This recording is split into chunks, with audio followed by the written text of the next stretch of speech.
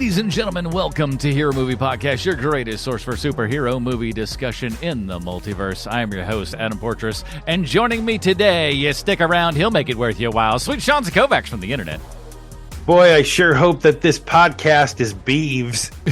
Oh, man. Today, we are talking about The Flash, whose production designer says it's so good that people will forget about Ezra Miller's crimes. Is that going to be the case? We'll find out today. But before we get to The Flash, we do have to say a big thank you to the people that support this show over at patreon.com/HMP. Those awesome people get pre-show, post-show, Dinger Zone. What's the Dinger Zone about this week? We don't know yet because we haven't recorded it as of this recording, so it's a secret to even us. Ooh, mysterious. But if you'd like to find out what that is and support this show at the exact same time, head on down to patreon.com/HMP. Join up today. We really appreciate it. And thank you guys so much for that. And if you can't do that, for heaven's sake, go on down to the either the iTunes or the Spotify. Drop us a 5-star review, aka Humdinger. Humdinger. And we really appreciate that, and it helps the show, man. Boy, The Flash. So this thing has been gestating for some time here. Any expectations going into this at all? Well, I mean, my big expectation is what every male over the age of 35's expectation going into this movie is, which is please let the Michael Keaton Batman not be a sad joke. Yeah. There were chances that things could have been really, really bad. Really awful. And, we'll talk about it, won't we? Yeah, we'll get into all the kind of good stuff and everything, but let's get into it. Here is the IMDb plot line for The Flash. As we know, IMDb always 100% correct in everything they say and or do. Barry Allen uses his super speed to change the past, but in his attempt to save his family, creates a world without superheroes, forcing him to race for his life in order to save the future. That's fairly close, I would say. Yeah, pretty good. This is directed by Andy Muschietti. That's what I'm going to call him. He's nice. from the It movies as well as Mama, if you're one of those real horror hounds. This is written by Christina Hodson, who you probably know best from Birds of Prey and Bumblebee. And Joby Holland, who you probably know as the showrunner / I guess couple episode writer for the new Obi-Wan series that just came out. So he's to blame for that one. So you got a little bit, as the song goes, you take the good, you take the bad.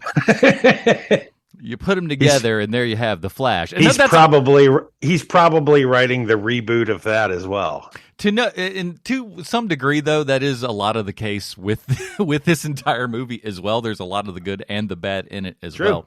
But if that wasn't enough, let me sell everybody on this Zack Snyder era Flash movie, because this sucker's got everything. 7 years in, what do you say we finally get ourselves a Flash origin story? Yeah, surely that's what we all need. We've got breakfast on the go, phone calls with Alfred, fisheye close-ups, which is perfect for every second of screen time where your lead looks like Rango from the movie Rango, who just woke up and he's shocked at how many people are in his bedroom, but he has to pretend that it's all normal. We finally get at least a little bit of that Batfleck movie that we were so grossly denied. A hospital scene that makes hard-boiled... You know what? Let's not talk about hard-boiled. Let's talk about how Barry's dad went from Dr. Manhattan to Peter from Office Space. Okay, then. We got hunger pains, so that leads to tons of gross eating. Sure, Sean loved that one. Wonder Woman shows up, and she's so hot at this point that you don't even care that she can't act. So the Flash gets really mopey in a flashback scene. Yeah, I hate myself too. He gets all sad, and he runs so fast that he ends up running through time. Same, Flash, same. What does Force Chrono Ball? Yes, that's its real name. What does the Chrono Ball thing look like? I'm glad you asked. It looks exactly like PlayStation 3 graphics. Literally, the entire internet is asking why it looks unfinished, and the director answered, "That's totally the way we wanted it to look." And he didn't laugh or nothing at the end of that. I believe him on that, but I think that that was a mistake. You got a $300 million movie here.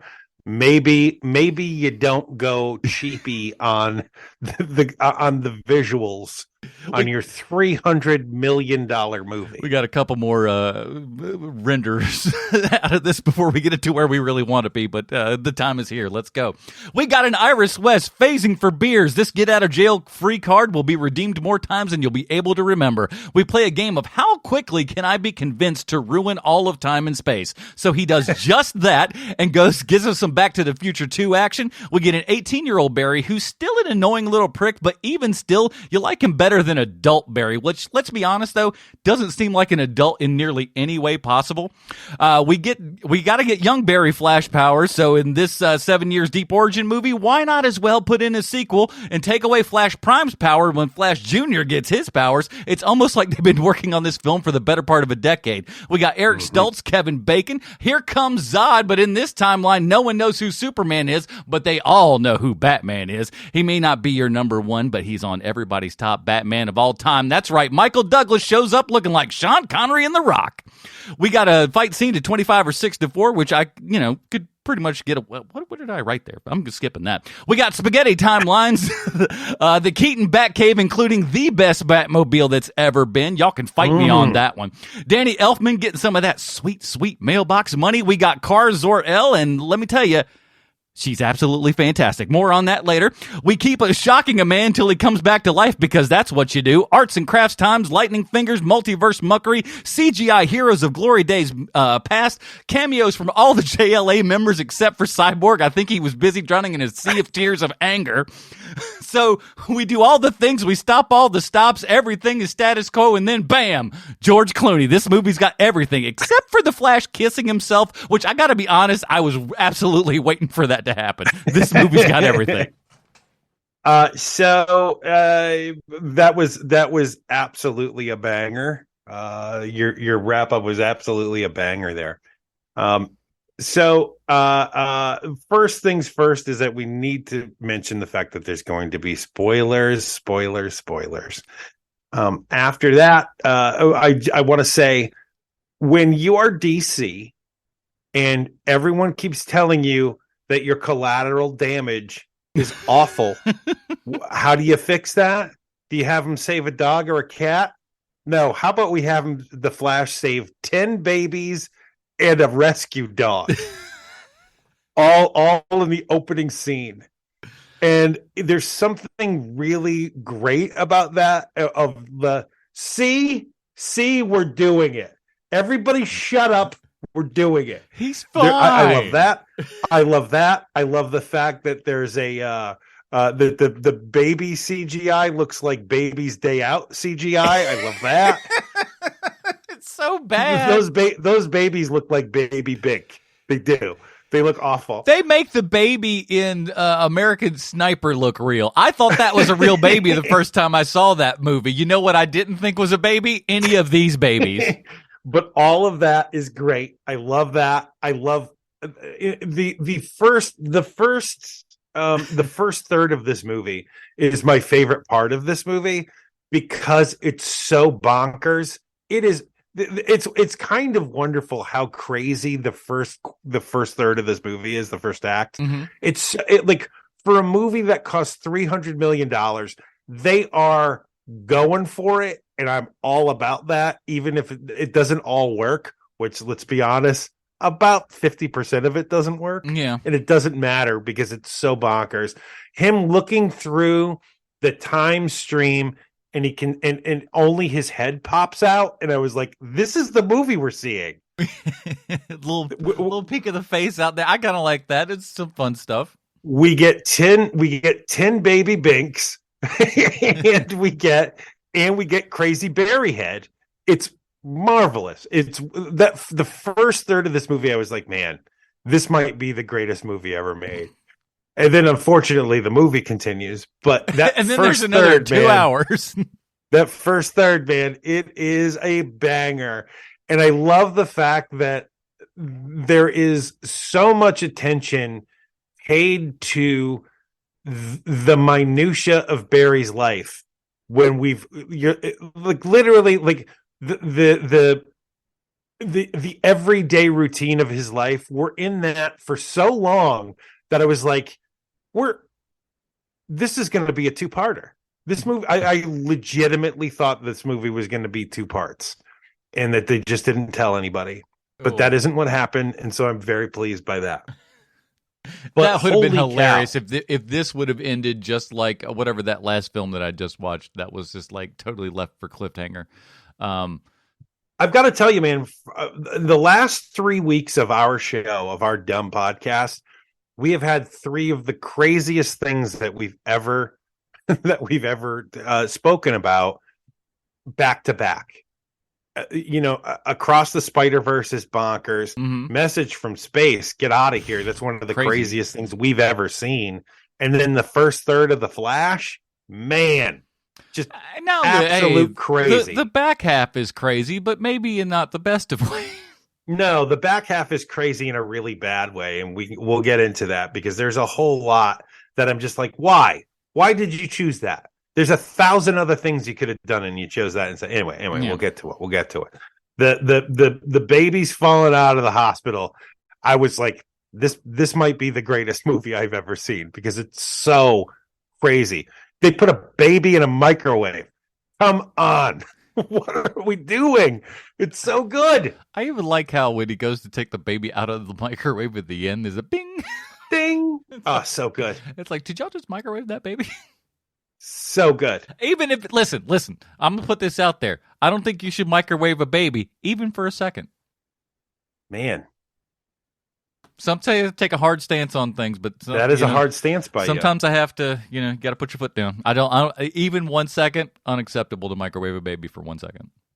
So, and can we get into Ezra Miller? Yeah, let's do. I know that we talk about him a lot on the show just because I find him fascinating.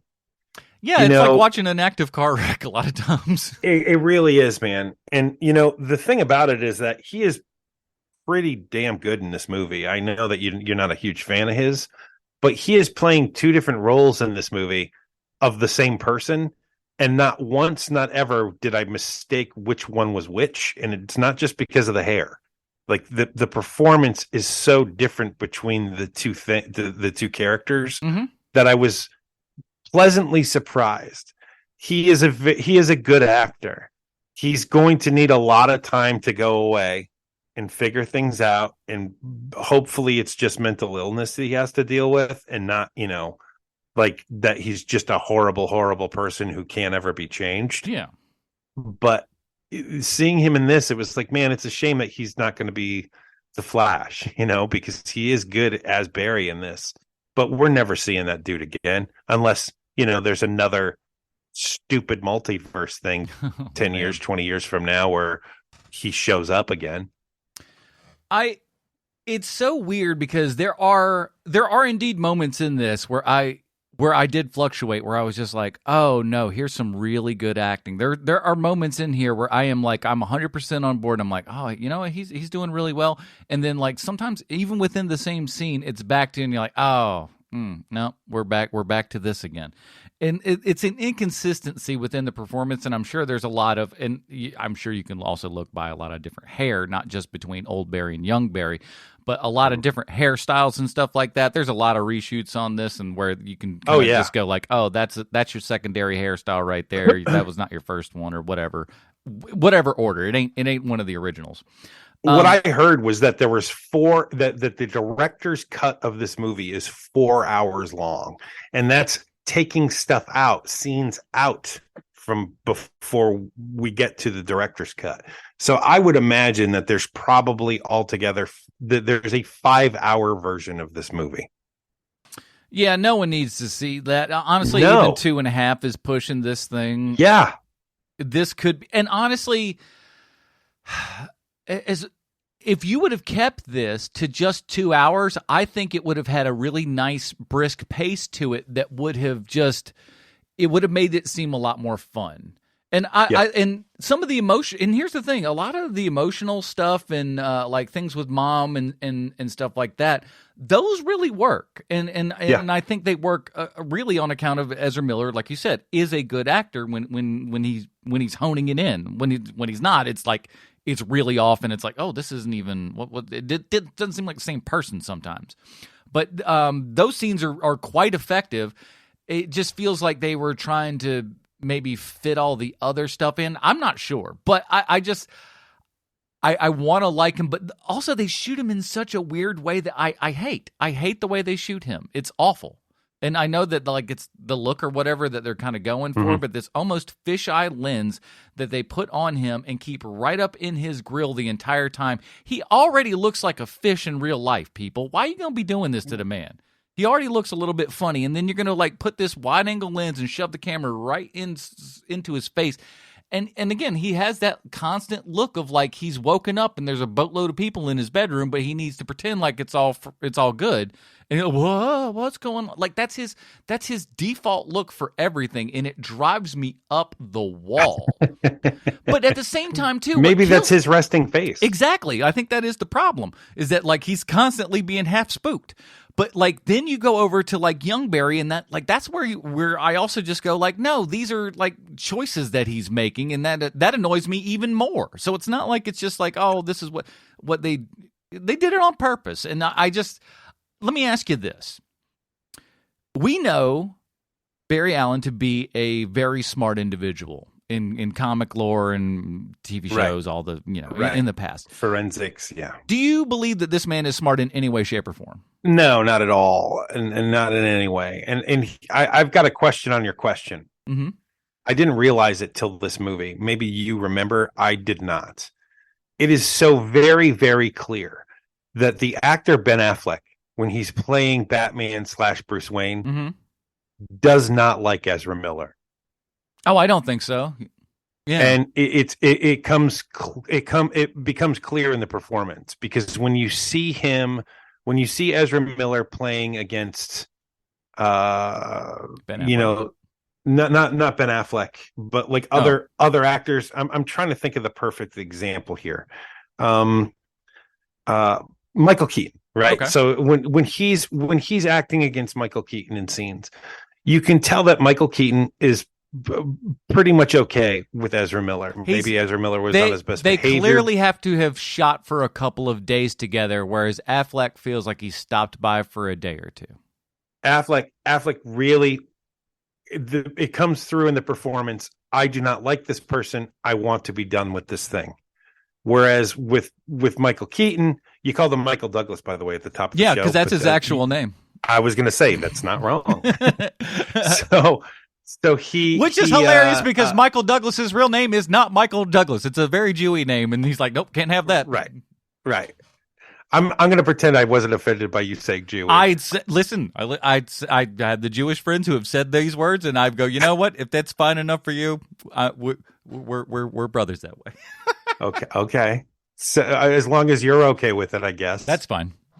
So the performance in this one. So basically, my question to you is this: is Ben Affleck, did he behave that way before? Does it come through in his performance before in either Justice League? Actually, he's not even in Batman v Superman. Flash isn't really in that one, but like in Justice League. Can you tell through the performance that Ben Affleck doesn't like Ezra Miller? I feel like he feels a little more perturbed this time, but like I don't know that he didn't look thrilled in the Justice League movie with him, because like the one that I really feel like is like just that, oh my God, I am just so over everything, is like when Flash asks what his superpower is and he says I'm rich. His line reading of I'm rich it feels just like him saying, I guess. I mean, whatever. Like, it just, he does not seem like he wants to be there in that moment. This feels like this performance in this movie feels like that dragged out. But I will say this, though. I absolutely love Affleck in this. Me too. I thought his Bruce Wayne was fantastic. The Batman action stuff was on point and looked so fun. And you kind of go like, crap, dude, we could have had like a really good Batman Affleck movie. It would have been so good. Affleck's on the record too now of saying, it's a shame this is my last movie as Batman because I finally figured out exactly what I should be doing. And it's clear. Mm-hmm. In this movie, it is very clear that he has nailed it and he has got it. He and feels like he knows what it means to be Batman and Bruce Wayne, both of those things. It feels like within, and he's not wearing the mask when he's making all of these things, when he's making these statements and stuff, and you see Batman there, not a Bruce Wayne, not Ben Affleck, and that's good acting. Mm-hmm. You know, it's a shame because things have been so mishandled for 10 years with all of this stuff here. Yeah. But we're hopefully getting a very different, much weirder DC universe than we've been getting with Marvel stuff, because the Marvel stuff, there's, with the exception of Thor, the third one, Ragnarok. That's the weirdest Marvel movie that's been made. It feels like, because James Gunn does tend to want to lean into the weirdness, that it's going to be a whole lot more Peacemaker, the Suicide Squad-y than it's going to be like, by the numbers Black Widow kind of a thing. Yeah, and then you'll have your more serious kind of off-world stuff with, your Joker sequel, your Batman sequel that don't really have anything to do with their proper. Which I think we've always kind of thought would be a smart move for them, is to kind of have their Elseworlds kind of titles and stuff like that, and stick to their main core, because that allows them to free up. I mean, Marvel could be nice that way, but it feels like now we've started building this Lego ship, and we want to make sure that it, is finished. So we have to keep building on it instead of, making yet another ship. No, we got to keep building this one. It's got to get bigger and bigger and bigger. And like, maybe you just need a smaller one that's like really cool instead of this giant one. But hopefully we'll see. So you mentioned it at the top of the show that Ron Livingston is now playing Henry Allen instead of Billy Crudup. And I got to say, you feel for Ron Livingston. You want Ron Livingston to get out of prison. I don't know if the same can be said for Billy Crudup. There's something about Billy Crudup where you're like, I don't trust that guy. And it's not just that he's, like crazy good looking and he's got the voice of an angel. Like, there's something about him where, for me personally, where I'm like, I don't like that dude, and I don't know why. Duplicitous. Whereas with Ron Livingston, it's Ron Livingston, like maybe he's also a monster. I don't know anything about the man outside of his work, but you want Ron Livingston to get out of prison. With Billy Crudup, it'd be like, oh, good, that guy's going to be roaming out on the streets now. Great. But the nice part is like Ron Livingston now, like, we've known him as an actor for over 20 years at this point. He's put on a little weight. He looks great. Like he looks like a great dad. So he looks like he could be anybody's dad. And you're just like, well, I want dad out of jail. Yeah, that's dad. You know what I'm saying? Billy Crudup doesn't look like dad. He looks like a guy who probably, he might have been your dad, but he wasn't around for your childhood, if you know what I'm saying. Right. So let me ask you this, right? Because I'm just basically going through cast right now, because it's the best way I could think of to remember this movie.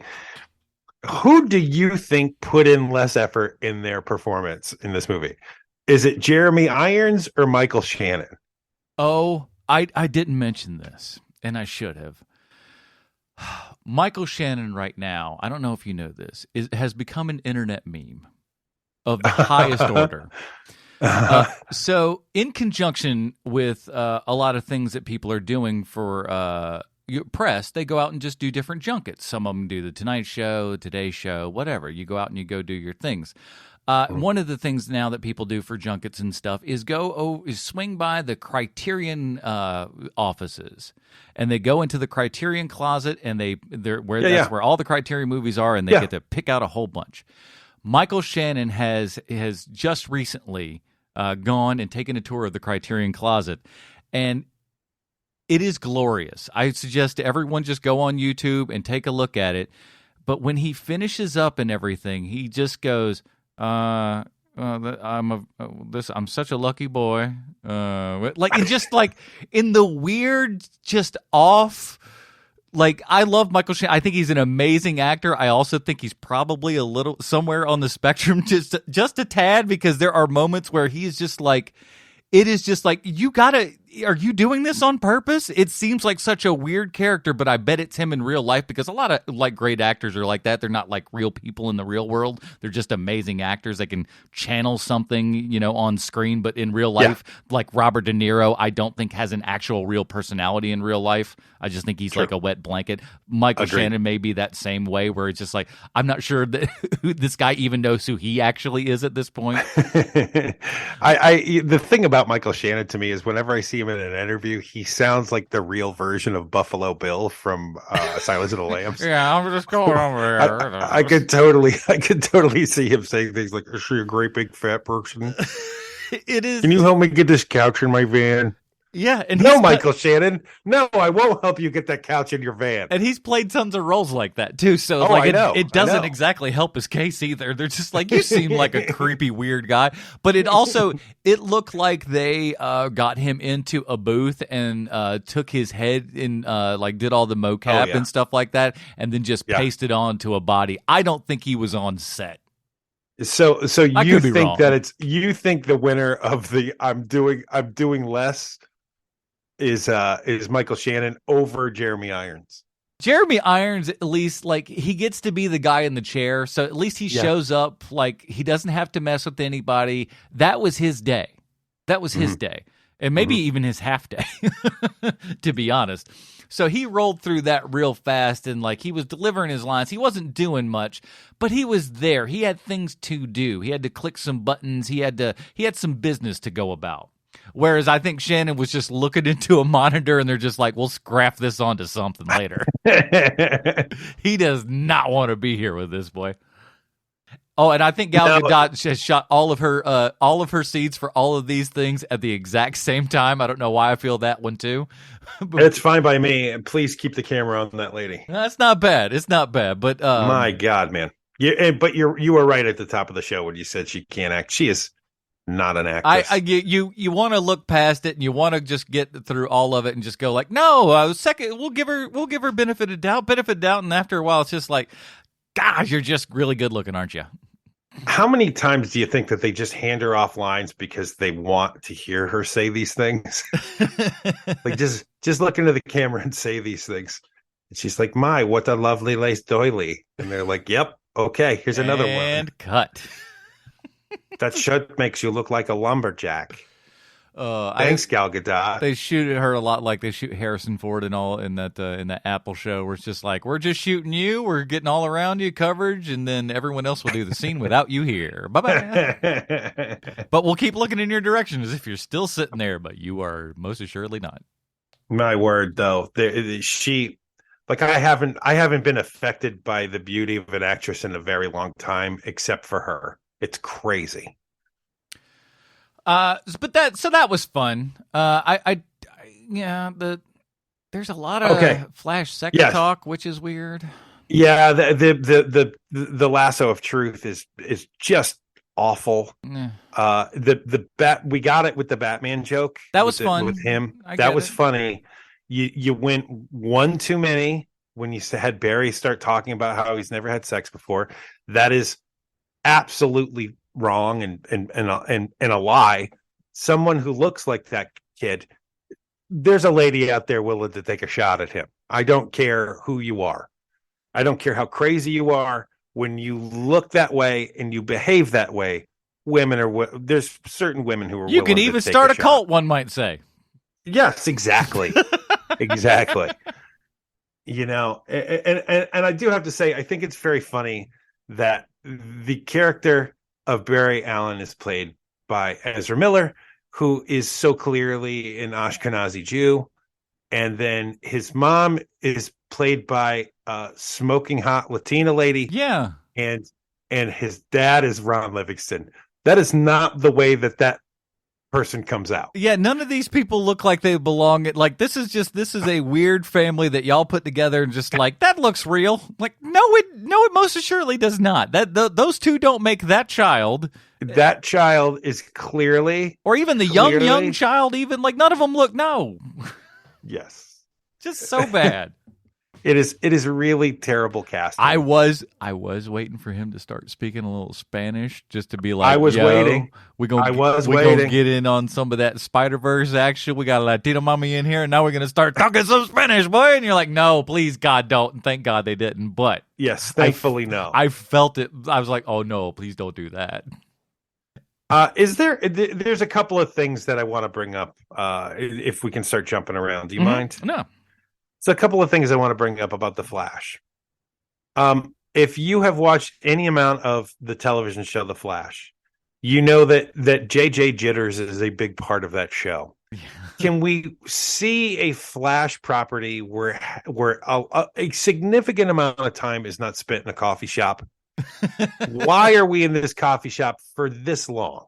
Like, I get it. The barista is hilarious, but can we please not spend a significant amount of time in the first act in that stupid coffee shop? Well, and the worst part too is that just like that you start the movie this way, and like there's no build up to it, but you just get two people going at each other in an affected way that just drives me up the wall. And I'm like, this is what we're starting with in the first 5 seconds. I am already annoyed. Yeah. Then there's the second thing about the Flash, which is that the Flash, there's basically he does have a pretty good rogues gallery. He's got your Gorilla Grodd. He's got the Iceman. He's got Captain Cold. That's his name. Yeah. He's got a bunch of Mirror Master. He's got a bunch of like almost sort of Batmanish villains. Yeah, fun stuff. However, the two biggest villains that Flash has is either Reverse Flash or himself. Mm-hmm. And if to have this movie basically hint that that's who kills his mom and never show Reverse Flash. And I know that they cast him because it's the same guy who plays Homelander was Reverse Flash. Is that right? Yes, was cast as him.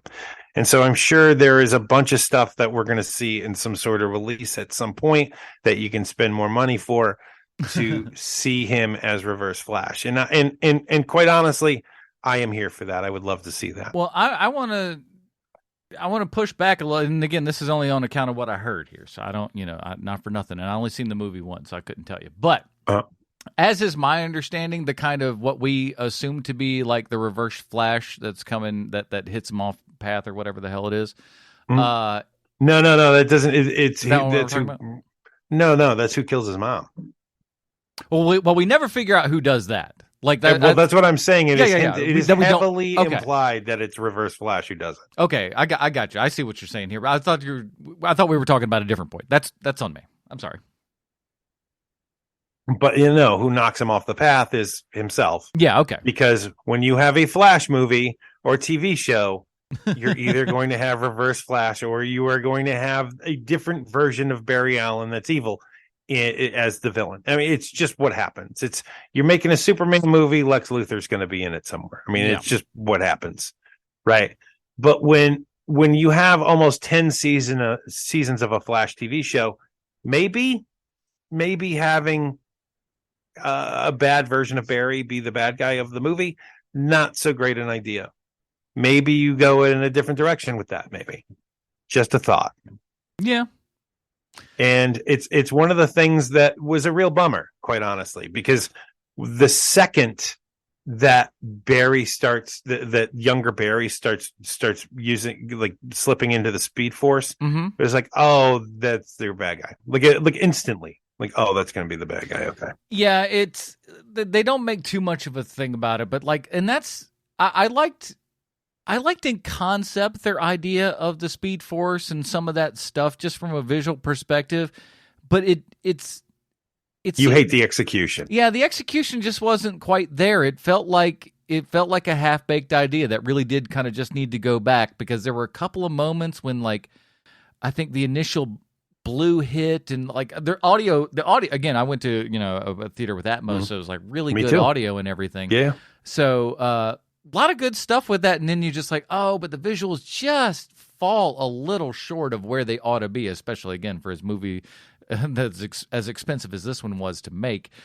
It's just like, oh shucks, because it's there. It's got that ability to have that kind of like, wild, crazy, quantum mania kind of, Ant-Man trippy sort of stuff going on, but never raises quite that level just because the visuals are like kind of meh. It needs to be weirder. Like, you started out weird and it was great. Like, keep it weird, man. Yeah, like, it was just like, I like the idea of like kind of almost your body kind of turning inside out and that kind of weird body horror idea. You need more little things like that. And again, that's also what kind of worked for some of the Doctor Strange stuff, was like when you feel like, everything is melting apart. Like that's what you need to feel like.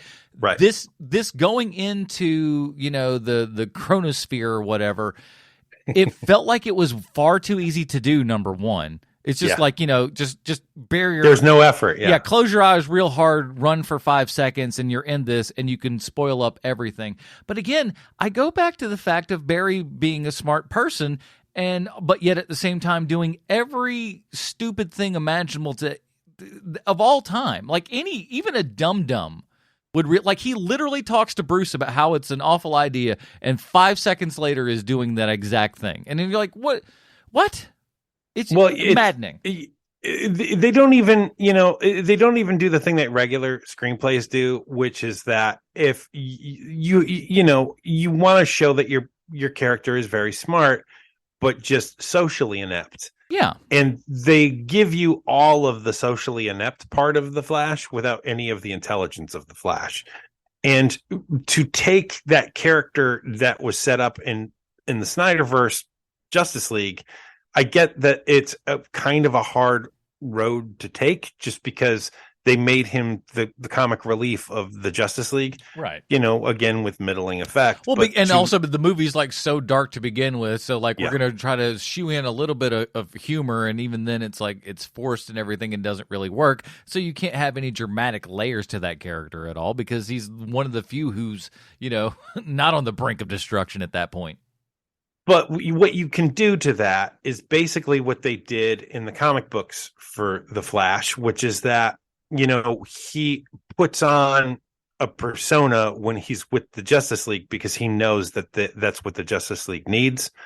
And so he's not as socially inept as he appears to be in the comics when he's part of the Justice League versus him on his own.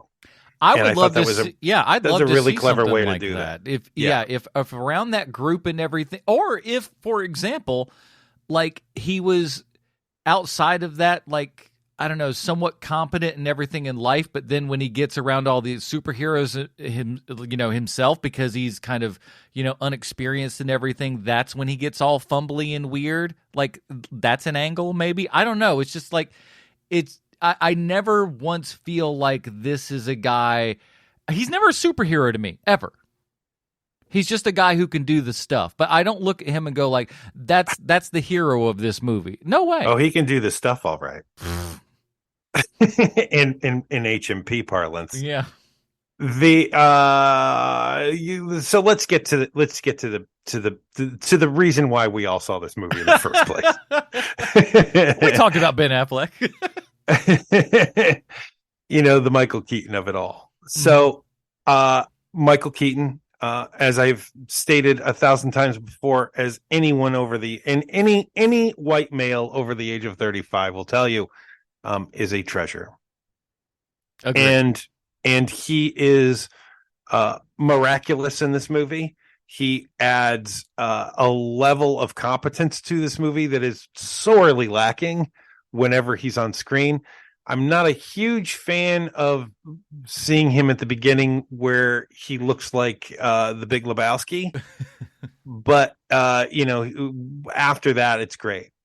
I cannot explain what the magic trick is about putting Michael Keaton in that costume, why it's not sad that he's in it, because it should be, by all rights, should be sad. But I think that, Sylvester Stallone is the patron saint of this podcast. I think that Stallone getting so mad that they cast Michael Keaton and they just put all of the muscles on the costume. I think that probably has something to add to it, that he was never that big a dude in the first place. So it's not like he's like fallen off a cliff, and then puts the suit on. He was always kind of a skinny guy in the first place. Yeah, if he was like 40 pounds heavier than he is today, then I think we'd all be going like, oh no. He just looks older. Like he hasn't gotten fat. He hasn't gotten like he's got a ton of face wrinkles that I had never noticed until this movie.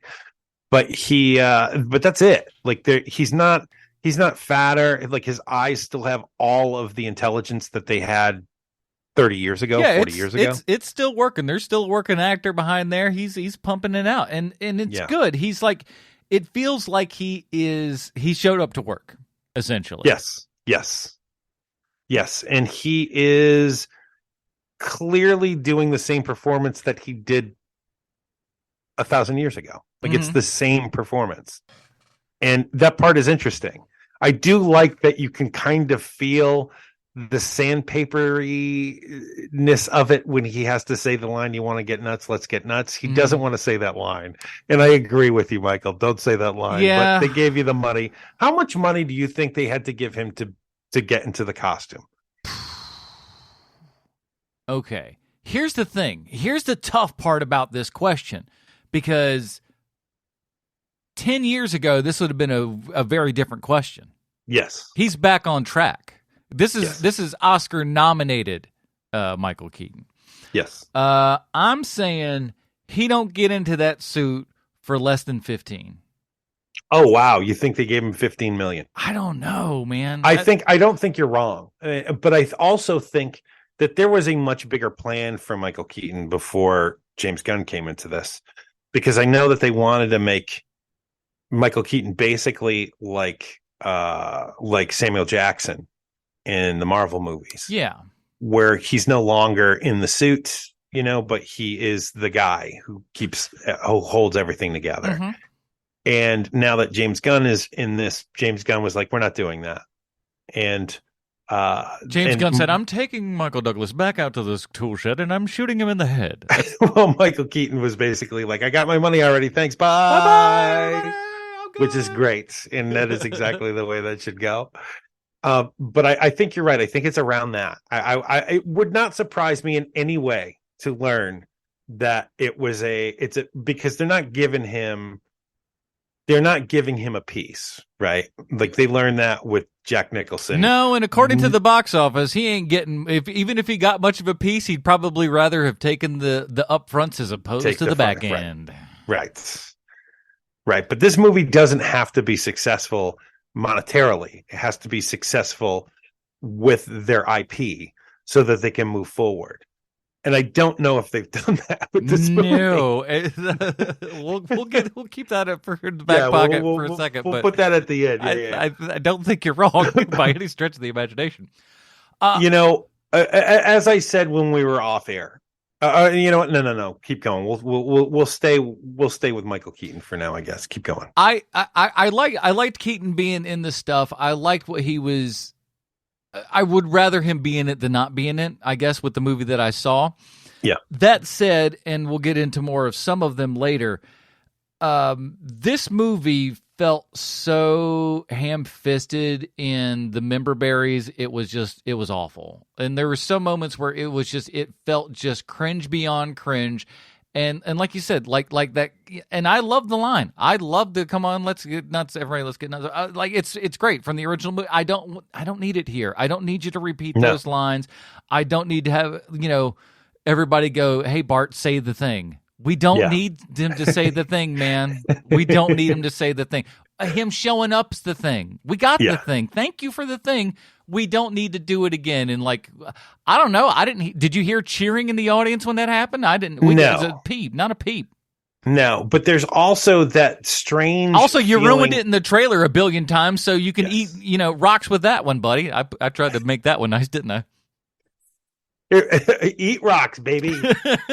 That goes on a shirt. I will say there is the weirdness to this, and it's in the writing, it's in the script, where you don't know if this is the same Bruce Wayne that we saw 30 years ago, where this could just be a different version of the same character, but in a different universe. So there's a little bit of offset with that. It's kind of like seeing Gamora in Guardians 3, where you're like, that's not the same character, and your brain knows it. Red Letter Media has the thing. You might not have noticed it, but your brain did. Yeah. And that is what this felt like to me. Seeing, don't get me wrong. I think it's amazing that Michael Keaton is doing this. I think he's great as Batman. I think he's great as Bruce Wayne. I love Michael Keaton, and I always have.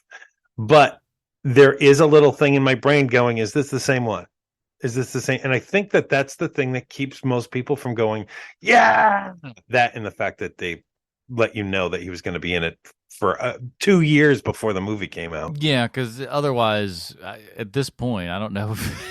And I don't know if I've made this clear. I kind of like this movie. Like, I don't hate it. It's just not great. And it's not, and I don't think it's the thing that everyone said it was, but the second that people started talking about it way too much, how it was the greatest movie ever, I was immediately like, set your expectations to normal, not to this is going to be the greatest movie we've ever seen. Yeah, I went in honestly with the lowest of low expectations, because just you like to zag, I know. Yeah, it's not great, but at the same time, and I as well. I didn't hate the movie, and but I have tons and tons of problems with it, but it's not egregiously bad. We've seen a lot of worse films in theaters, and yes.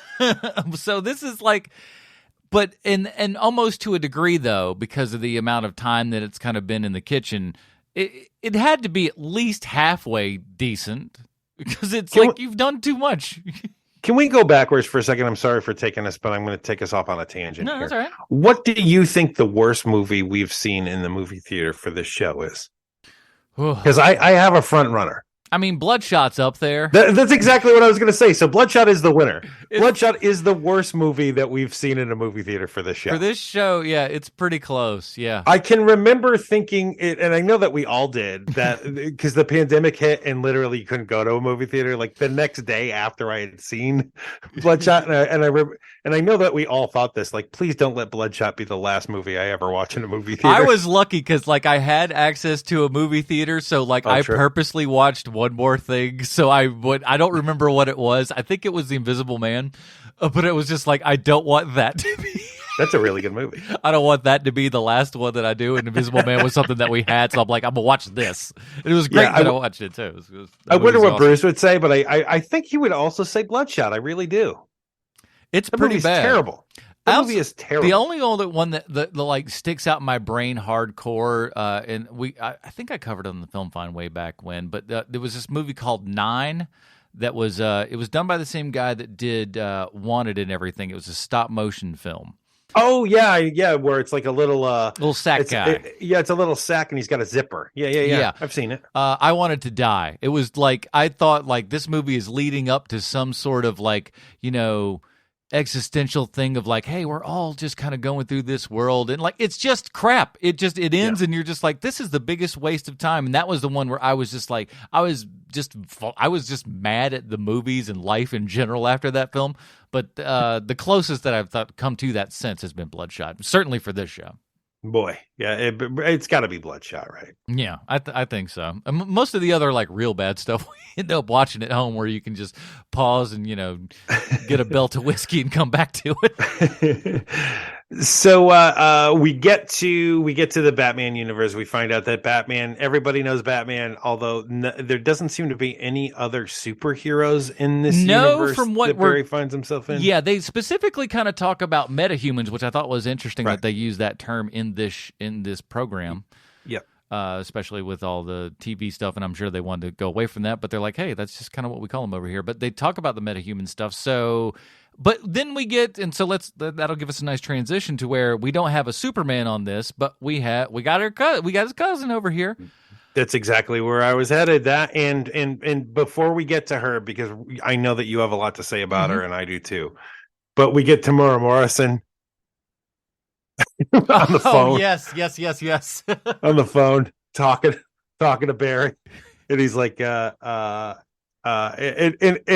I gotta say, when it comes to Tamora Morrison, this is the thing that he does best, right? You want him in little brief moments. You don't want him for an entire show. Yeah. Book of Boba Fett. You want him to pop in, give a how do you do, tip the hat, walk out. You know? No, I want to see him miming motorcycles. Like you don't want him for like hours and hours and hours. He's great at these, like, pop in, make a joke about the wife, he's out, like, done. You know what I mean? Yeah. Like, perfect. And it reminded me, oh right, I like Tamora Morrison. I just forgot that I liked him because I saw the Book of Boba Fett. Yeah, listen, he's all those little fun cameos and stuff, and again, I like the idea of we're going through the Rolodex to try to find everybody and no one's there. That's fun stuff. That is cool. Things that should happen in this movie, and for things like that, you go, okay, good job. You did something right this time. And then we get to Supergirl. I was, listen, it is what it is. Supergirl is just, as a character itself, even kind of go back to the original. It's like, it's Superman, but a lady. And, we've done enough with the story to where it's interesting, thank heavens. But that is that kind of vibe. And it also, so this could easily, even, like I said, even going back to the 80s and stuff where you're just like, oh, we're just putting a girl in the role to put a girl in the role. That said, this girl's fantastic. She has what Henry Cavill has. This weird thing where you just look at him and you go, yep. You just know right away. And I don't know her from anything, but just the moment that you kind of see her standing up and everything, and you're just like, oh, something about that. And then when you put on the suit, it's even better, and you're like, yep, I buy this 100%. Yeah, they did two things right in the filmmaking of this character specifically. One is just the casting of her is great, because I have no problem thinking that this girl can beat up a 300-pound man. Yeah, you throw in the alien stuff, but she's also like, she's built well enough to where it looks like if she punched somebody, you add the yellow sun of of Earth into that, boom, you understand why that person could beat the crap out of all of these people. And it's got that great weightness and everything. Gives Zack Snyder credit where credit is due. He made Superman moving and stuff look really good. And they took a lot of that language and put it into this film and stuff with her and her movements and everything, and it absolutely works. It does. And the second thing that they do that is terrific is when they bring her out into the sun, it's not like she's pale and then gets all, tanned. Mm-hmm. Like they basically plump her like a hot dog once she gets outside. And you see it in her hands and her fingers. Mm-hmm. I was like, man, that is some good storytelling. That's how you do that, because you don't want to do it to the whole person, because it would be some body horror stuff, really. Yeah. And so you just so you just do it to the hand to let everybody know, hey, she's getting her powers back. See, and it was some really good storytelling. There is some really good storytelling in this movie for a movie that is overstuffed with 50% bad ideas, and has gone through 800 writers and director teams and everything. It's like, this is a movie that for all rights should be absolutely awful, because it's gone through the ringer so many times, and you can only grind that meat until it just becomes nothing. I wonder if the reason why the people at DC like this movie so much is just because it was surprising that it is good. Because I know that the movies that I absolutely love the most are the ones that take me by surprise. Like, one night it was Lindsay's turn to pick the movie, and she picked Hell or High Water. And I was like, I've never even heard of this movie. And we went and saw it, and it was my favorite movie of the year because it was such a surprise when I saw it. Oh yeah. And so that I'm wondering if that same thing happened to the folks at DC. Like, we have ruined this franchise. We have ruined this universe.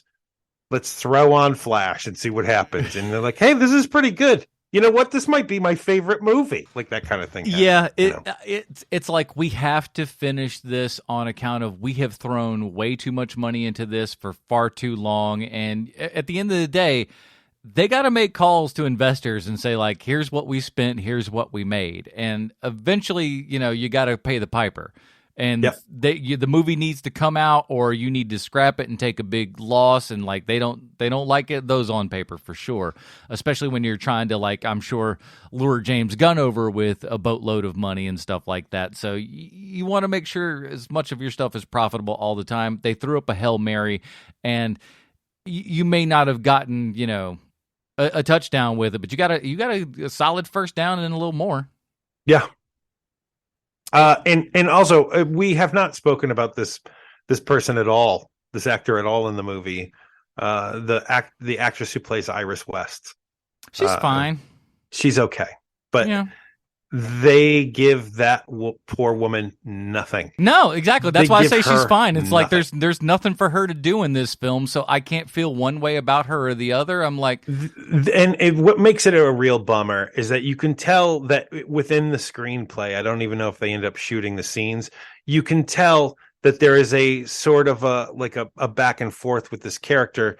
Does she choose personal life or job when it comes to how she's dealing with Barry? And that's when we first see her, they give you that little indicator of like Barry doesn't really trust her all the way. And they should have done a lot more of that with that character than what they ended up doing, which is freshen your drink, sir. See you at the party. Bye. Yeah, it's not far removed from that. And I think ultimately it comes down to, and like, well, not for nothing, Flash mentions, the sexless part, but like this character, I can't see him being involved with anyone. He's just like that. He's got a weird personality that doesn't look like it adheres to human existence for the most part. So like, I don't care for them because I don't, like, number one, I don't see her liking him because I barely see him as a human being, because he's more like I say, he looks like an alien, and he acts like an alien half in this film, and he can do it with himself as well. So it's even weirder than that. But so, like, you don't see what she would see in him. You don't feel like he is attracted to her in any real way. Like even when they get to the date part at the end, he's almost just like, I mean, I guess I'll go out with you. Like, it's a bummer. It's like girl as goal, not personalities that you're lonely. Yeah. It's like girl as goal. You know what I mean? It's weird. And he gets there and he's just like, well, I mean, I guess if you want to go out, we'll go out. I'll figure it out, whatever. I'm like, huh? I just feel like it's some baggage, I'm sure, that, him as a human being brings into it a little bit. That's for sure. But yeah, I don't know, but strange. Let's get to the member berries, because my sweet word have mercy. Yes. This is when and there were moments. Did you know any of this was going to be in this? No. I'm not. But here's the worst part about it. I was not aware of any of the things that we see in all of our CGI created brethren, again, who look PlayStation 3 worthy. Yes. Not PlayStation 4 or 5, 3. 3 specifically. Not as bad as 2. 3. It is just, I had this feeling before then, but once all that stuff got out, I was just like, I'm not surprised by any of it. It didn't shock me. It kind of just like, it felt like I was being played to, and I didn't like it, quite frankly. Yeah, nor did I. And it's like the writers of this movie like subscribe to Nerd Illustrated, and in Nerd Illustrated, if you are deep enough into that subscription, you know about Nicolas Cage's Superman, and you know that he's fighting a giant spider, and you know all of that stuff. And so to have that specifically in this movie, I get it. Like that's neat. I feel like Tim Burton also going to be getting a lot of mailbox money in this movie. Him and Danny Elfman just going to be showing up and like, oh, geez Louise, look at these big old checks we got.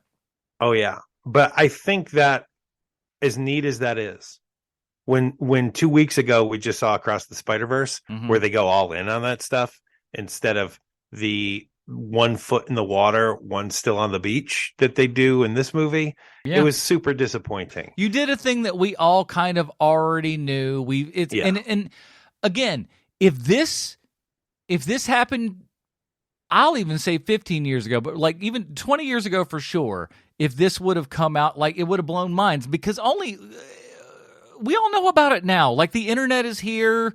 Everything is like the Nick Cage Superman stuff has been talked to death at this point. Mm-hmm. There's a documentary about it. Yeah. We covered a documentary. How many years ago was that at this point? That was 6 years ago, probably. At least. So like, it's not a thing that's been untrodden. This is not like we're pulling some nerdy thing out of the blue and going, which again, if you look at Spider-Verse, all the Spider-Verse stuff, there's stuff in there that, like, yeah, those are deep, hardcore pulls and stuff, and most of them aren't like waving a flag saying, "Hi, look at me," and be important the entire time. We're just throwing it in there because it's good, fun stuff for people. This is saying, "Hey, here's all the," and like it's the hot topicness of it all. I guess that's what it feels like. It's like the people, and I know this sounds like old nerd crying up at clouds and everything. But we all know about this stuff. This isn't like we're not doing it didn't feel special in any way, I don't think. Well, and if you're going all the way with that stuff, you need to get all of it. Get all of it. There's no reason why if you're going to have Christopher Reeve's Superman show up, why don't you have everything show up? Christopher Reeve's Superman should be not an afterthought. It shouldn't be something where he shows up for 2 seconds and you're like, oh wow, that guy was Superman when I was a child. For me, it's not. That doesn't do anything. That doesn't move the needle, especially when, like I said previously, 2 weeks ago, they killed this. Like they absolutely nailed every aspect of a multiverse, and they knew the level of importance of certain characters versus other characters. Like, I don't need to see a minute and a half of fake Nick Cage being Superman. I don't need to see it. Yeah, it's just like none of this happened. It's all CGI, and it's from a story we've all heard a million times, that we've all pictured in our heads a million times, and and here's the worst part, essentially looked like that in all of our brains.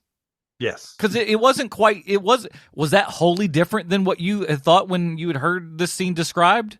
Him fighting this big giant spider and everything? It's pretty darn close to what I thought. Why are we spending this much time on this when, like, Grant Gustin isn't in this movie? No. Or geez, John Wesley Shipp isn't in this movie. Like, why aren't we seeing these people? Yeah, and we see the old school Flash and everything. Why don't we throw him in that role where he could easily go? Because he did play the old school Flash on the TV series. You're like, no, we can't have that.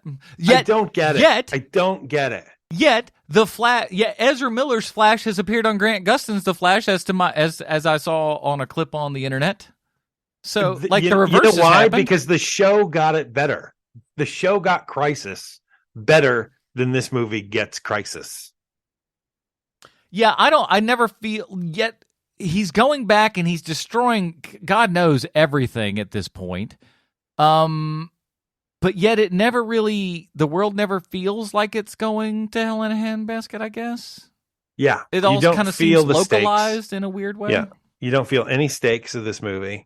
And not to say that, not every superhero movie has to be about the end of the world and the apocalypse, but at least let me feel like some amount of dread. But you can't play in a world that says everything changes, but yet you never leave your backyard. Right. And just go, well, how do you know everything changed? You just stayed right here. That's what that felt like. It was just like, I don't know. But at some point, once we got into the round robin of CGI, PlayStation 3 cutscenes, I was like, not to say that I was like, I wasn't checked out or anything like that, but like, it is the part that kind of got me like, all right, maybe I couldn't cut it a break. I can't cut you a break at this point when you do that, because it just felt like you were going back to these nostalgia things. And I know to some degree you have to do that when you're doing, this multiversal kind of thing. And I think there's a way to do it, and it ain't this. Right. This is not the way to do it. If you're going to have Adam West and you're going to have Christopher Reeve and you're going to have George Reeves even in this movie, then just panning to that face doesn't mean anything. That is literally what pandering Here's is. a thing that you know. Right. Okay. And that's the bummer of it. That's the Rogue One dude who gets his hand cut off in the cantina in the first Star Wars shows up with his buddy. Yeah. Like Walrus Man shows up with his buddy. We don't need this. We don't need that. There's no reason for that to be in this. And that I get that I'm in a weird position with this because I do love seeing Michael Keaton back in the Batman costume. Yeah. But all the other everything else that you're throwing in this, it's all half measures. Nothing is full assed when you're going into this thing. And you can feel it. Like you can feel that the people who made this movie probably like these characters, but they don't know all of like everything there is to know about these characters, which when you're making a multiverse thing like this, you do need to know that stuff. Oh, I see that the what's the guy's name that wrote Blade? Damn it, I can't remember his name. Oh boy. Oh, Yeah. We hate him so much on this show, and we haven't talked about him for so long because why would you? Damn it, what's his name? You guys, listen, I'm not looking. Keep talking, I'll find it. I'm not looking at David something. Is it David? There's a David. There's an initial somewhere in there.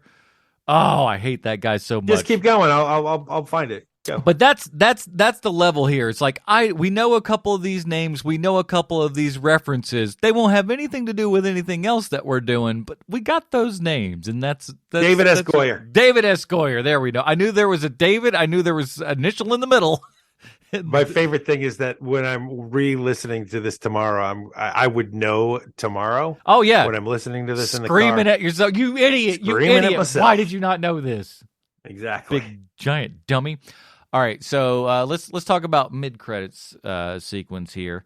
I listen, not for nothing. I'm sure the guy is a complete a-hole in real life, but Jason Momoa showing up for some reason, I don't know why, was okay with me.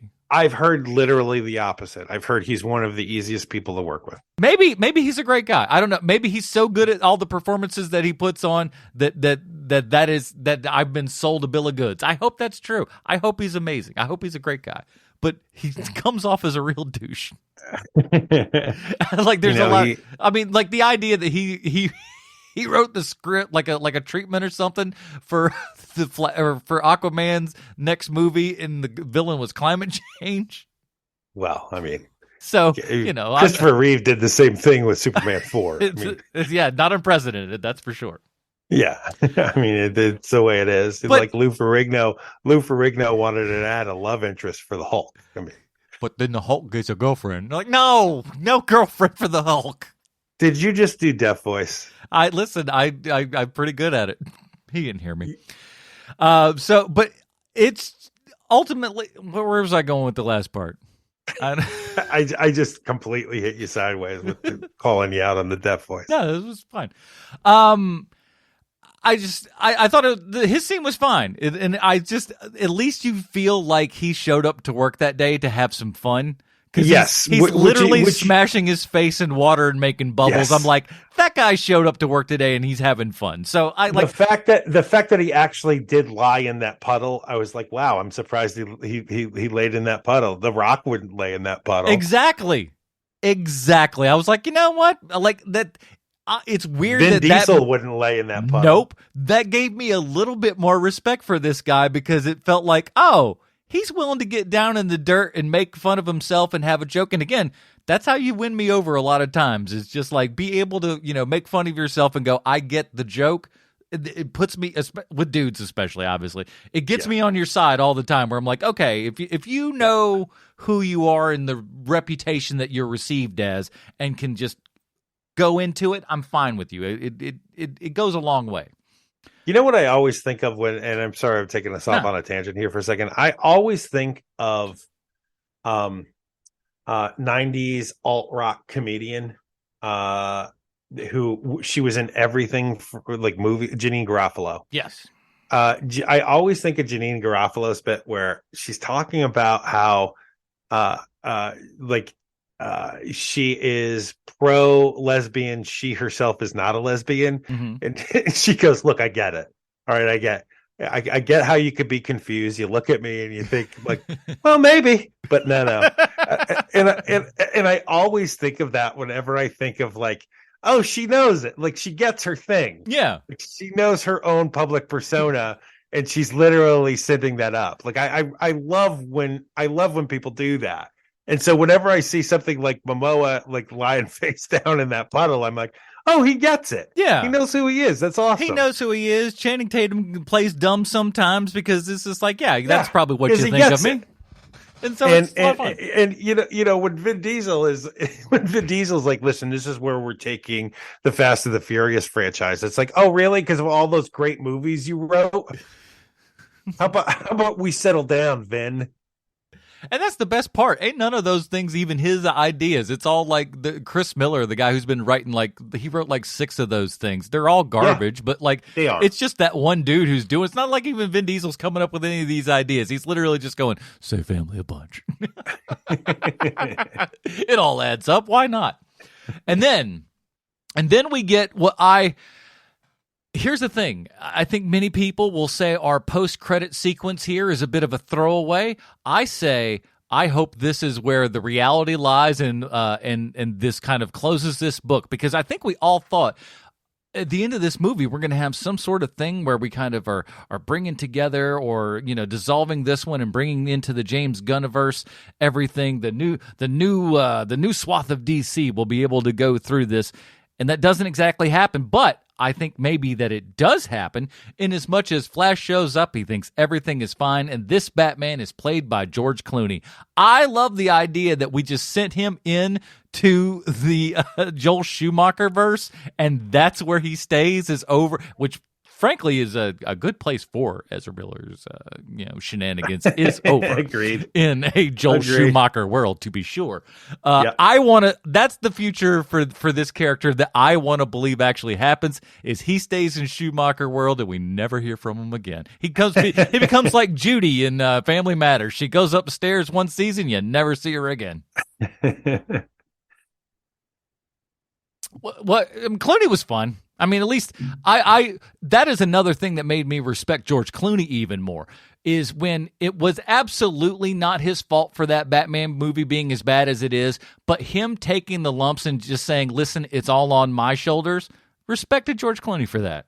It kind of screwed him up, and I don't mean career-wise. Like, he was still going to be just fine. Yeah. But it screwed him up in the head for a little bit, because after doing... Is it Batman and Robin he's in? Uh-huh. So after doing Batman and Robin, and he's just taking just body blow after body blow, working on that, he then works on what I believe is his best movie, Good Night and Good Luck. Mm-hmm. And he, on the commentary of that movie, because yes, I've seen it so many times, I wanted to see what they had to say about it. He is very dismissive of certain aspects of that movie, where I'm like, George, shut up. That's perfect. George, stop talking. That's perfect. Because it was the next thing he did after the Batman movie. And he's still like licking his wounds over the public beating he took on Batman and Robin. But to now come full circle, where when you see him show up, and it's and I don't know if anyone's hooting and hollering. They certainly didn't in my theater, but there is a couple of chuckles when he shows up. Yeah, it was just kind of a, hey, nice. Hey, neat. Yeah. And and it's cool. And to have Ezra Miller throw the F word at him as they're talking, I was like, wow. Nice. But yeah, it was fun enough, but like at the same time too, not for nothing, but like I called it like 15 seconds before he gets out of the car. The second that we hear Batman, I go, oh, what's the only Batman we haven't seen at this point? So right. It's kind of felt like I think that's like when we didn't see Lego Batman either. No, we didn't, which kind of, I guess. Again, because it's a half measure. That's why. Yeah. Half measure. But again, that's what, like, think back to Spider-Verse and the impossible crap that they did in that show that doesn't make sense and shouldn't work and should just be like, why on earth do you have these weird live action elements into your show? Why does it turn to a Lego thing at one point? None of this crap should work, and it works 100 times better than this film that's been in development hell for 6 years. Because, so as weird as it sounds, Sony and the Spider-Verse now owns the multiverse. No one does it like them. Everyone needs to stop and just give it to Sony. Yeah, just quit it. But don't worry. No, Loki season 2 will change all of that, Sean. What do you know? I'm sorry. Sometimes we get a little crazy. We have fun here. Before we get to our final review, though, we have to ask ourselves one very important question: is how this movie relates back 1-to-1 with Sylvester Stallone. Why, thank you, Adam. I have a prepared statement this week. Oh, a change. Hello, Mr. Stallone. I hope your Father's Day is beeves. Henry Braham. Let's call him Braham. Sure. Henry Braham is the director of photography on the Flash movie. He's had his foot in the door at the show business factory since 1990 when he was the cinematographer for a video called Arabist Takarim, Little Sister Leaving Town. I tried to look other things up about this artist, this song. I found nothing. But I didn't really look very hard because I'm not willing to look very hard because it was just something I needed. Okay. Fair. I don't know anything about the person's music. And also because I'm middle-aged, and that's what we do. We're just like, I don't care. Moving on. The thing about this video, though, is it did start the career of Henry Braham, and the world is better off for it. He seems to be James Gunn's go-to DP these days, having worked on Guardians of the Galaxy's Volume 2 and 3 and The Suicide Squad. And wouldn't you know it, you're in all 3 of those movies. So that's the Stallone connection. See how this works? In 2007, Variety named Henry Braham as one of the 10 cinematographers to watch. And hot damn, did they nail that one. Because after they listed him, he worked on the movies Everybody's Fine, 10-Minute Tales, Astonish Me, The Uncertainty Principle, The Clear Road Ahead. Movies we all cherish and adore. Way to nail it, Variety. Now, Henry is from England because you can't make an American movie anymore without a foreign cinematographer. And I guess all the DPs from the Eastern Bloc countries were already working during the time everyone was working on the Flash movie. And there's your Stallone connection this week. Cinematographer Henry Braham. I hope to hear from you soon, Mr. Stallone. Your pal, Sweet Shawnsy from the internet.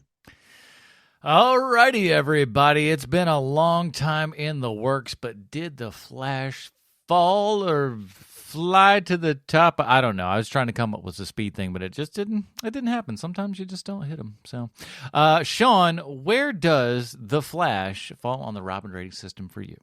Well, let me tell you what Bruce said about, because Bruce did chime in on our text chain, and he said that he loves this movie and it's a Dick Grayson for him. Which I believe that he loves this movie. For me, it is a high Damian Wayne. It is sort of, it's not middle of the road. It's a little better than middle of the road, but it is standing pretty close to the middle of the road. And Bruce did remind me about the Eric Stoltz as Marty McFly in Back to the Future. That is a good runner bit. I do love that joke. That was another one that, like, again, had it been 20 years, the internet has really democratized things in the best and worst of ways. Because It used to be that we all had like this fun, expert knowledge, and now it's great that everybody has it, but it's also terrible because everybody has it. And then, like, not to say that like you become this thing, but it does become something that's less special. So when you put it on screen as if it is something special, still, it doesn't feel that way to me. Yeah. And that's where a lot of this stuff felt. It was just kind of halfway. And that's why I'm kind of Damian Wayne as well. Just like right there in the middle. It's not horrible. There are moments in it that are like, oh, this is good. And it feels like there is deep down a movie, I hate to say this, but needs a little bit more time to figure out exactly what they want to be. Well, they should have just torn the whole thing down. Once they knew that, and I guess it was too late because with James Gunn coming in, James Gunn probably said, no, this is good because it leaves us to open up what the rest of this new DC universe is going to be. But they they half measured that too. I mean, at the end of this, Ezra Miller is still the Flash. We've got nothing. We don't know anything. And like I said, that's why in my head canon, at least, I'm just going, he's stuck in Schumacher verse and we're all free from the Damon. But that's also part of the problem too. I'm not going to sit here and lie to you folks. I mean, because I can separate art from artist. That's not what I'm doing here when I say that Ezra Miller in this role bothers me. I don't like his acting in this role, and I've liked him in other things. But this specifically, I don't like what he's doing here. I find it wildly annoying. I find his character choices amazingly annoying. I feel like I'm not putting Grant Gustin in this role per se, but like if there's somebody else, I think this is a different movie and like probably a better movie. If we had a different actor and you had an idea of what you really wanted to do with this, the bones are there. It's just not fleshed out, and we just don't have a lead that I feel is compelling enough in any way to drive me forward to give two craps about this guy. I don't care about the Flash in any way, really. I don't hate his guts, but I don't like him. Do you mean the character, or do you mean this version of the character? This character and the version of him, so both things. Well, I mean, you don't care about the Flash. You didn't care about the Flash before. No, I'm fine with the Flash as a DC character, if you will. I see. I'm fine with that. But like his version of the Flash, what we've seen with him, I could give two craps. I just don't care. I was like, it's not compelling. It's not any Flash that I particularly want to see in any way, because it's just it doesn't do it. It doesn't fit what I would think that character would be. And again, if like anything else, if you want to make a different character and call it something else and make it that way, have at. But don't tell me it's that character and then him just be a complete idiot for the entire time. Like he's so dumb. And this is a smart character. Is historically a smart character, and that's what was like kind of great about those a lot of characters from that era and stuff, and especially when they kind of got rewritten, a little bit in later years and stuff, and really Spider-Man was kind of the one that put all this up. We made it okay for like these characters to be smart people. And and having them not be smart, I feel like just denigrates that a little bit. At least we see in the Spider-Man movies, Tom Holland's Spider-Man has moments of that brilliance. That comes out. You see that kid is smart. You realize, okay, not only is he funny and quippy and does all these things, I also know there's a brain working behind there. I never feel that with the Flash, and part of that is that's another movie that does the multiverse better as well, as Spider-Man Far From Home or No Way Home. Oh yeah. It works a lot better. Sorry, Sony. I can't believe we're saying it. Sony is doing something right. That may be the only thing they're doing right, but by God, at least they got something. And we hope you got I can't wait to see that Silver Sable movie. Woo! Oh my God, it's a real thing, everybody. What in God's name are they doing? We're making a Silver Sable movie, which, first of all, none of y'all know what friggin' Silver Sable is. I just remember the cover so well because it was the 90s and we just embossed everything in silver or gold or something. Did. So I remember that, but like no one knows that character. A Madam Web? What Craven the Hunter? You're about to put out a Madam Web and Craven the Hunter. The crack cocaine that must be going around the Sony offices. Somebody's getting the good stuff and somebody's getting the rotten stuff, because at least there's an excuse if there's drugs. It's just sheer incompetence if there's no drugs involved. Good gravy. It is, who knows? Like they're either doing super, super well or they're eating dirt. I don't know. Who's to say? But we'll find out more about that stuff in the future, I am sure. But next week we're going to be talking. We got our weeks flip flopped a little bit here, so sorry about that. So last week we said we were going to talk about Asteroid City. this week, but we're going to do that next week because we got them switched up. So sorry about that, but you knew that going in. You knew we were stupid. We got a couple emails saying us stuff. Hey, you're stupid. It comes out this week, you dum-dums. And we're like, okay, fair. Hello, dum-dum. Yes, that is us. Until then, Sean, where can they find more of your work on the internet? We got another podcast called 30 Questions, where we ask 30 questions of some nerdy property. And the next episode of Marvel 30 Questions is next week. 2 weeks. Next week, yeah. Next Wednesday starts Secret Invasion, which hilariously they have. Here's what the headlines all say. Secret Invasion receives the lowest Rotten Tomatoes score ever for a Marvel television show. Okay. And then it's 76%. You're like, shut your mouth. Good grief. Listen, 76% for that show at this point, when as far into the Marvel and Star Wars television landscape that we're in, 76% is like 5 years ago, 100%. You know what I mean? Yes. Because we're all kind of tired of it at this point. So when it gets to that point, I'm like, that's probably decent then if it's 70. But they were like, that's the lowest ever. That's certified fresh. What the heck? I don't know. But we'll talk about something else that's certified fresh next week in Asteroid City. So go check that out. Oh, and if you're in Huntington, West Virginia, go check out our own Bruce Leslie in the SpongeBob the musical. It's the only musical in town that's playing, so you can go find that out. He's got colored beards and an eye patch. If you hear people singing, just run in that generalized towards direction. The music, and get your pocket open and everything. Support the kids. I don't know. I don't know what happens over there. Join us next week, everybody, for Wes Anderson's Asteroid City. For Sweet Sean Zakovac from the internet and the absent Bruce Leslie, I'm Adam Porters. Stay super, everybody. Bye, Marty and Evie.